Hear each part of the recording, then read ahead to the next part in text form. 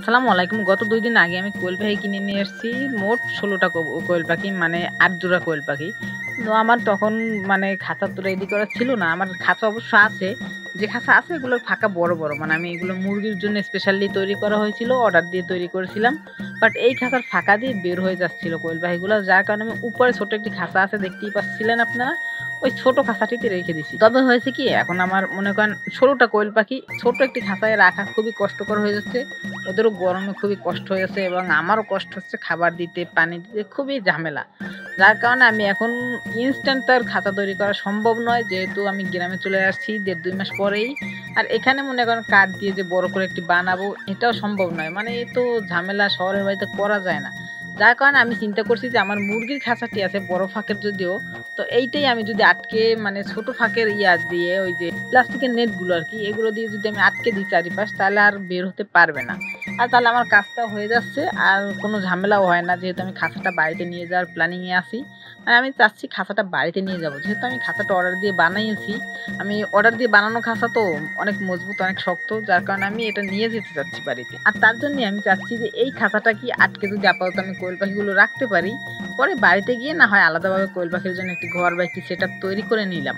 But এখন আমার instant এটা তৈরি করতে হলে নেটের দরকার। বাট আমার নেটও আছে। মানে অল্প একটু নেট আছে। আগে মুরগির জন্য আমি নেটটা কিনছিলাম অনেক আগে প্রায় ১.৫ থেকে ২ বছর আগে। তো ওই নেটটা আমি ভাঁজ করে রেখে দিয়েছিলাম। সেই নেটটা অবশ্য আজকে কাজে লাগতেছে। তো এই নেটটা দিয়ে আমি ১ম এই খাঁচার নিচে মানে পার্টিশনটা যে ফাঁকা বড়, বড় এখানে দেখছিলাম যে দাঁড়াতে খুব কষ্ট হচ্ছিল। তাই আগেই নিচের পার্টিশনটা দিয়ে নিলাম।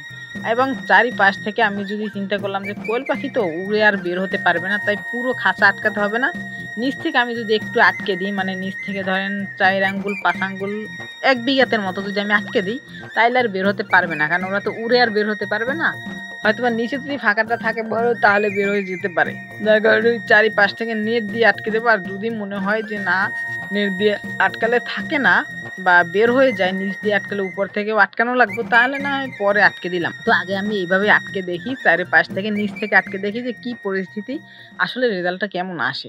তো আমি এভাবেই নেট কেটে মাপজোক নিয়ে ১ম এ কিন্তু আমি মাপ নিয়ে নিছি নেটের। কারণ খাঁচার থেকে যদি বড় হয়ে যায় তাহলে আমার নেটটা কিন্তু কেটে ফেলতে হবে। নষ্ট হবে, ওয়েস্টেজ হবে বেশি। যার কারণে আমি আগে মাপজোক নিয়ে নিলাম। কারণ যাতে আমি একদম একুরেট ভাবে কাটতে পারি আর আমার অপচয়টা কম হয়, নেটটা কম হয়। আর আমি চেষ্টা করব যে এতটুকু নেট দিয়েই যে ১ম এ যে নেটটা দেখছেন পুরো ওই নেটটা দিয়েই আমি কমপ্লিট করতে। আর আমি প্রত্যেকটা জিনিসেরই মাপ নিয়ে, নিয়ে আলাদা, আলাদা করে কেটে নিচ্ছি যাতে ওয়েস্টেজ কম হয়। আর হ্যাঁ ভাই, অবশ্য ওয়েস্টেজ কম হয়েছে, অনেকটা কম হয়েছে। আমার নেট কিন্তু প্রচুর পরিমাণে নষ্ট থেকে বেঁচে গেছে। মানে অনেক কম নষ্ট হয়েছে। আমি ভাবিনি যে আমি এতটা কম নষ্ট করে পারবো। মানে এক কথায় বলতে গেলে নষ্ট হয়নি। আর খাঁচার মুখটা কিন্তু খুব ভালো করে আটকাতে হবে। কারণ মুখটা একটু ভেজাল। কারণ মুখটা যদি একদম আটকে দেই তাহলে কিন্তু আবার মুখটা খুলতে পারবো না। যার কারণে ওইভাবে চিন্তা ভাবনা করেই আটকাতে হচ্ছে। অনেক কষ্ট করেই আটকেছি, অনেক বুদ্ধি খাটিয়ে আটকিয়েছি যাতে আর কোনোভাবে বের হতে না পারে। তারপরেও আমি আশা করি যে এতে হয়ে যাবে। আর যদি লাগে তাহলে আবার পরে দিতে হবে, উপর থেকেও আটকে দিতে হবে।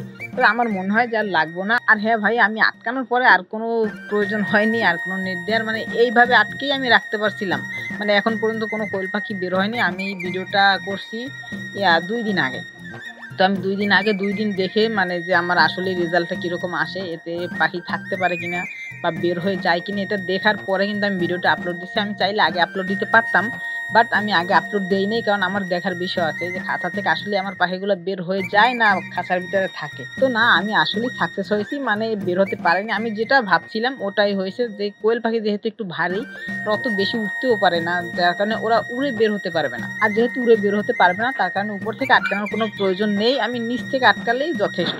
সো আমি নিচ থেকে আটকেই একবারে পারফেক্ট ভাবে রাখতে পারছি। আর হ্যাঁ, অবশেষে আমি কোয়েল পাখিগুলোকে নিচে খাঁচায় দিয়ে দিলাম আমার বড় খাঁচায়। মাশাআল্লাহ রেজাল্ট খুবই ভালো। মানে একটি কোয়েল পাখি বের হতে পারেনি ভাই।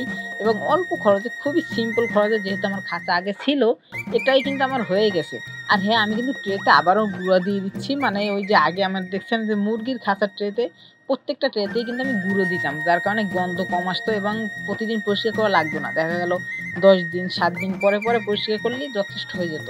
সো আমি এবারও কিন্তু কোয়েল পাখির ট্রেগুলোতে আমি মুরগির মতো সেম মুরগির মতোই গুঁড়ো ছিটিয়ে দেবো। আর হ্যাঁ ভাই, এই গুঁড়ো কিন্তু এখন আনিনি। এই গুঁড়োগুলো কিন্তু অনেক আগের আনা। মানে আমার মুরগির জন্য আনা ছিল। সেই গুঁড়োগুলো ফালানো হয়নি। যদিও আমি মুরগিগুলো বাড়িতে দিয়ে এসছিলাম। গুঁড়িগুলো আর ফালানো হয়নি। সো এই গুঁড়িগুলোই আমি আপাতত দিয়ে দিচ্ছি ট্রেতে।